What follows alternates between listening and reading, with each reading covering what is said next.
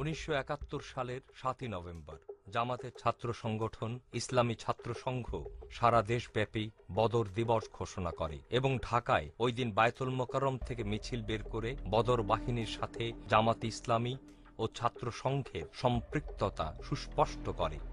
এই মিছিলে নেতৃত্ব দেন ছাত্র সংঘের পূর্ব পাকিস্তান সভাপতি আলী আহসান মোহাম্মদ মুজাহিদ।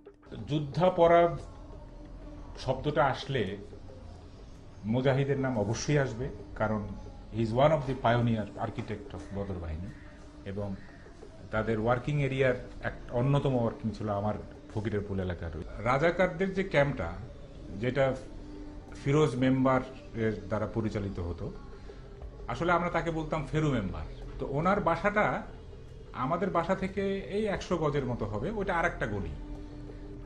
এটা একটা রাজাকার ক্যাম্প এবং প্রশিক্ষণ ক্যাম্প ছিল, কিন্তু ইট ওয়াজ সাইমালটেনিয়াসলি কনভার্সন ক্যাম্প অলসো। এখান থেকে মানে যারা বেশি যোগ্য, যারা বেশি কমিটেড টু পাকিস্তান কজ, তাদেরকে বাছাই করে এটা মানে বদর বাহিনীতে শিফট করানোর একটা কনভার্সন ক্যাম্পও বলতে পারে। মোজাহিদ সাহেব ওই বাসায় আসতেন এবং it is evident that he use to come to that house and ওখান থেকে উনি একটা রিক্রুটমেন্ট প্রক্রিয়া চালু করতেন বদর বাহিনীর জন্য। এবং আমরা যখন ওই বাড়িটা দখল নিলাম, মুক্তিযোদ্ধা ক্যাম্প করলাম, ওটা মানে 16 ডিসেম্বর পর ওইটা রাজাকার ক্যাম্প থেকে এটা মুক্তিযোদ্ধা ক্যাম্পে শিফট করলো।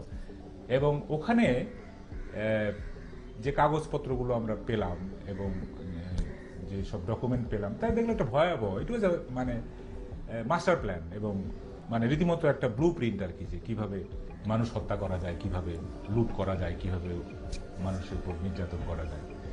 14ই নভেম্বর মতিউর রহমান নিজামীর লেখা একটি প্রবন্ধ দৈনিক সংগ্রাম পত্রিকায় প্রকাশিত হয়, যাতে উল্লেখিত হয় ওই দিন আর বেশি দূরে নয় যখন আলবদর বাহিনীর তরুণ যুবকরা আমাদের সশস্ত্র বাহিনীর পাশাপাশি দাঁড়িয়ে হিন্দু বাহিনীকে পরাস্ত করে হিন্দুস্তানের অস্তিত্বকে খতম করে সারা বিশ্বে ইসলামের বিজয় পতাকা উড্ডীন করবে। এই বদর বাহিনী গঠনের পিছনে পাকিস্তান সেনাবাহিনীর একটি গুরুত্বপূর্ণ ভূমিকা ছিল, অতি গুরুত্বপূর্ণ ভূমিকা ছিল। এবং রাউফ ফরমান আলী নিজে এই বদর বাহিনীর একজন অন্যতম পৃষ্ঠপোষক ছিলেন এবং তিনি অর্থ দিয়ে, বুদ্ধি দিয়ে, ট্রান্সপোর্ট দিয়ে, অস্ত্র দিয়ে সর্বতভাবে তিনি সেই বদর বাহিনীকে সাহায্য করেছে। যেমনি একই সাথে তাদেরকে সাহায্য করেছে জেনারেল জামশিদ, যিনি কিনা পাকিস্তান ওই সময় পূর্ব পাকিস্তানের সিভিল আর্ম ফোর্সের প্রধান ছিল এবং সেই সময় তাদেরকে সিভিল আর্ম ফোর্সের অন্য সদস্য মিলিশিয়া দিয়ে, আল মুজাহিদ দিয়ে তাদেরকে বিভিন্ন অপকর্মে সহায়তা করেছে এবং পুরো যুদ্ধের 9 মাসে তারা একসঙ্গে কাজ করেছে, একটি একক ইউনিট হিসেবে কাজ করেছে।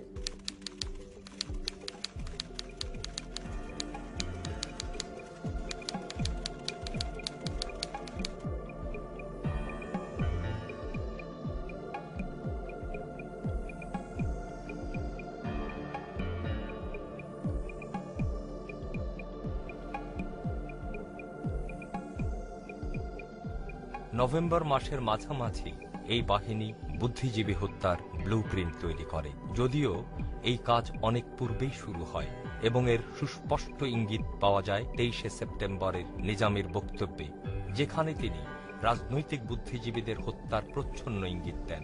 তিনি বলেন, যারা ইসলামকে ভালোবাসে শুধুমাত্র তারাই পাকিস্তানকে ভালোবাসে। এবারের উদ্ঘাটিত এই সত্যটি যাতে আমাদের রাজনৈতিক বুদ্ধিজীবীরা ভুলে যেতে না পারে, সেজন্য সর্বাত্মক প্রচেষ্টা চালাতে হবে। রাষ্ট্রের যে মূলনীতি, যে যার উপরে আমরা দাঁড়িয়ে আছি, সেই মূলনীতির মধ্যে ছিল ভাষাভিত্তিক জাতীয়তাবাদ, সেখানে ছিল ধর্মনিরপেক্ষতা, সেখানে ছিল গণতন্ত্র, সেখানে ছিল সমাজতন্ত্রের স্বপ্ন। এইগুলো কোনোটাই তারা গ্রহণ করেনি এবং ওই আদর্শের উপরই তারা আক্রমণ করেছে।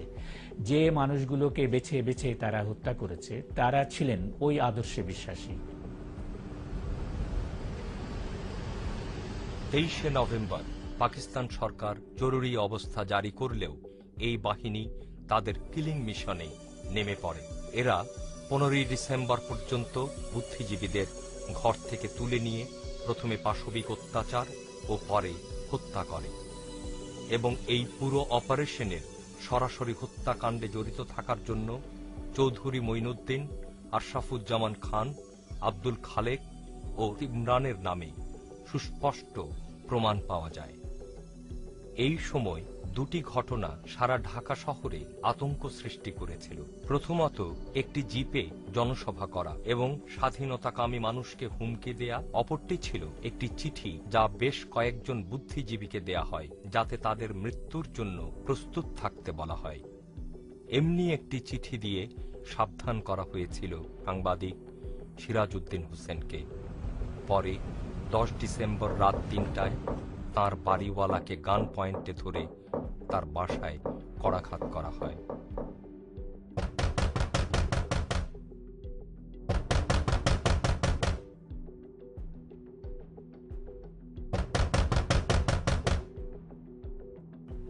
দরজাটা খুলতেই দেখলাম যে 4-5টি রাইফেলের নল ঢুকে গেল এবং তরুণ বয়সী 7-8 জন এক ঝটকায় ঢুকে পড়লো ঘরের ভেতরে এবং চিৎকার করে উঠলো হ্যান্ডস আপ বলে। সিরাজউদ্দিন হোসেন যে ঘরে শুয়েছিলেন সেই ঘর অবধি ওরা গান পয়েন্টে আমাদেরকে নিয়ে যেতেই ওরা চিৎকার করে উঠলো হ্যান্ডস আপ।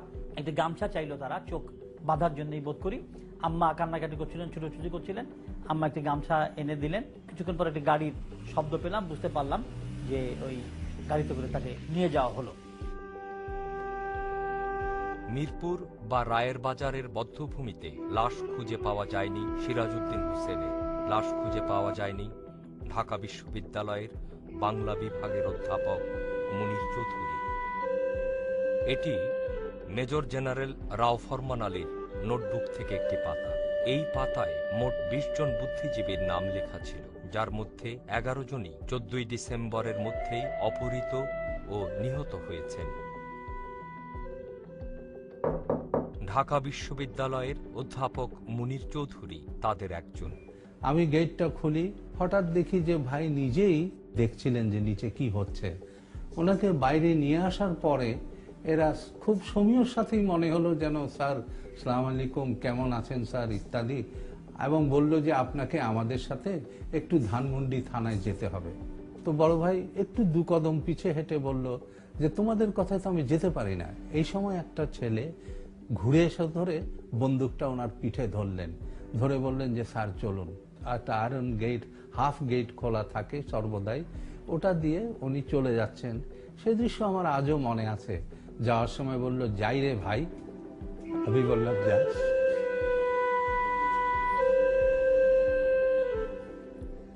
এই তো আজও গেল 36 বছর ধরে চলে গেল। 36টা বছর তার দেহ পাওয়া যায়নি। সে কোথায় আছে, কি আছে? আমি এক লেখায় লিখেছিলাম, dear brother, rest in peace wherever you are. রায়ের বাজারের বধ্যভূমিতে একটার পর একটা লাশ উল্টেও স্বামী শহীদুল্লাহ কায়সারের লাশটি খুঁজে পাননি পান্না কায়সার। অসংখ্য লাশ, বিভৎস, কারো নারী ভুঁড়ি বেরিয়ে আছে, কারো মগজ বেরিয়ে আছে, কারো হাত, মানে এইসব বর্ণনা দেওয়ার মতন ভাষা আমি এই মুহূর্তে খুঁজে পাচ্ছি না। তখন আমি নিজেকে নিজে তৈরি করে ফেললাম যে না, মানুষ না, আমাকে লাশটা খুঁজে বের করতে হবে।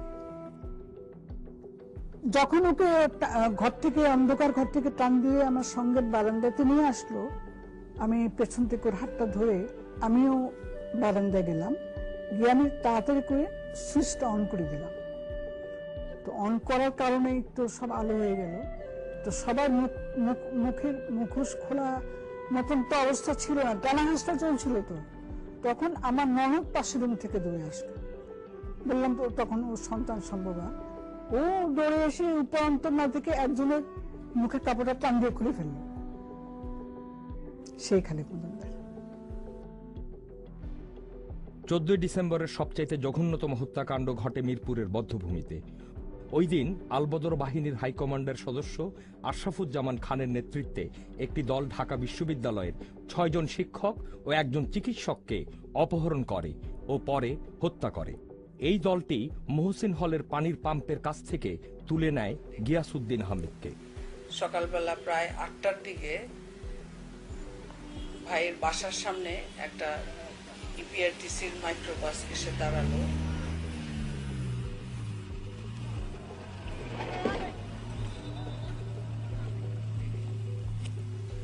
মিনিট 5 পরেই আমাদের বাসার দরজায় করাঘাতের শব্দ পাওয়া গেল। আমার হাজবেন্ড নুরুল হক সাহেব গিয়ে দরজা খুলে দিলেন। সম্ভবত আমি করে দিলাম কথা, গিয়াসুদ্দিনের আরেক কাজিন ছিলেন বাসায়, সেও খুলতে পারে, আমার ঠিক স্পষ্ট মনে নেই আজকে। এসে জিজ্ঞেস করলো গিয়াসুদ্দিন সাহেব আছেন নাকি। দুজন লোক ঘরের ভেতরে ঢুকলো, তাদের হাতে ছিল রাইফেল। একজনের মুখ কালো রুমাল দিয়ে বাঁধা ছিল।